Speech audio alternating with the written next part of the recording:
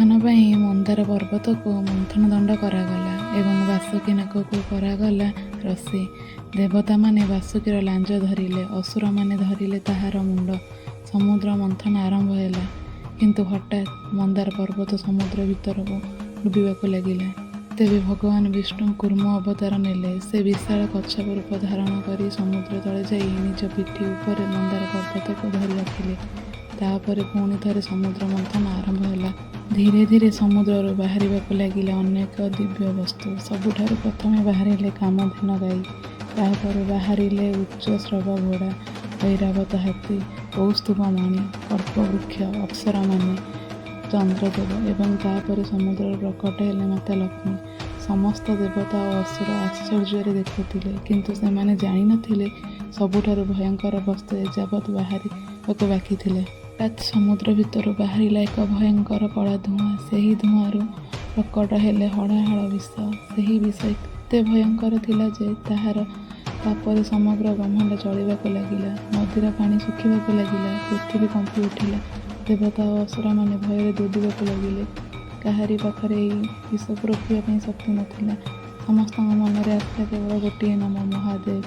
ସମସ୍ତ ଦେବତା କୈଳାସକୁ ଯାଇ ମହାଦେବଙ୍କୁ ପ୍ରାର୍ଥନା କଲେ, ପ୍ରଭୁ ଆମକୁ ବଞ୍ଚାନ୍ତୁ, ଏହି ବିଷରୁ ସମଗ୍ର ସୃଷ୍ଟି ନଷ୍ଟ ହୋଇଯିବ। ସୃଷ୍ଟିର ରକ୍ଷା ପାଇଁ ମହାଦେବ ସେହି ଭୟଙ୍କର ହଳାହଳ ବିଷକୁ ନିଜ ହାତରେ ନେଲେ। ଏହା ଦେଖି ମାତା ପାର୍ବତୀ ଭୟଭୀତ ହୋଇଗଲେ, କିନ୍ତୁ ମହାଦେବ ହସି କହିଲେ, ସୃଷ୍ଟିର ରକ୍ଷା ପାଇଁ ମୁଁ ଏହି ବିଷ ପାନ କରିବି। ଏତିକି କହି ମହାଦେବ ସମସ୍ତ ହଳାହଳ ବିଷ ପିଇଦେଲେ।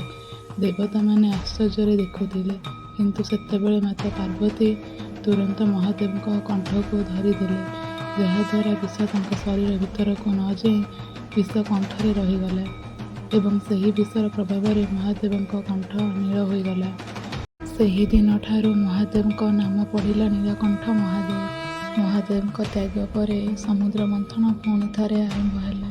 ଶେଷରେ ସମୁଦ୍ରରୁ ପ୍ରକଟ ହେଲେ ଧନ୍ୱନ୍ତରୀ ଭଗବାନ। ତାଙ୍କ ହାତରେ ଥିଲା ଅମୃତ କଳସୀ। ଅମୃତକୁ ନେଇ ଦେବତା ଓ ଅସୁରମାନଙ୍କ ମଧ୍ୟରେ ଯୁଦ୍ଧ ଆରମ୍ଭ ହେଲା। ଏବେ ଭଗବାନ ବିଷ୍ଣୁ ମୋହିନୀ ରୂପ ଧାରଣ କରି ଚତୁରାଇର ସହ ଦେବତାମାନଙ୍କୁ ଅମୃତ ପିଆଇ ଦେଲେ। ନୀଳକଣ୍ଠ ମହାଦେବ ଆମକୁ ଏହି ଶିକ୍ଷା ଦେଇଥାନ୍ତି ଯେ ସତ୍ୟର ରକ୍ଷକ ସେହି, ଯିଏ ନିଜେ କଷ୍ଟ ସହି ଅନ୍ୟମାନଙ୍କୁ ବଞ୍ଚାଏ। ମହାଦେବ କେବଳ ଦେବତା ନୁହଁନ୍ତି, ସେ ହେଉଛନ୍ତି ତ୍ୟାଗ, କରୁଣା ଓ ଶକ୍ତିର ପ୍ରତୀକ। ତେବେ ଯଦି ଆପଣ ମଧ୍ୟ ମହାଦେବଙ୍କ ସତ୍ୟ ଭକ୍ତ, କମେଣ୍ଟରେ ନିଶ୍ଚୟ ଲେଖନ୍ତୁ। ହର ହର ମହାଦେବ।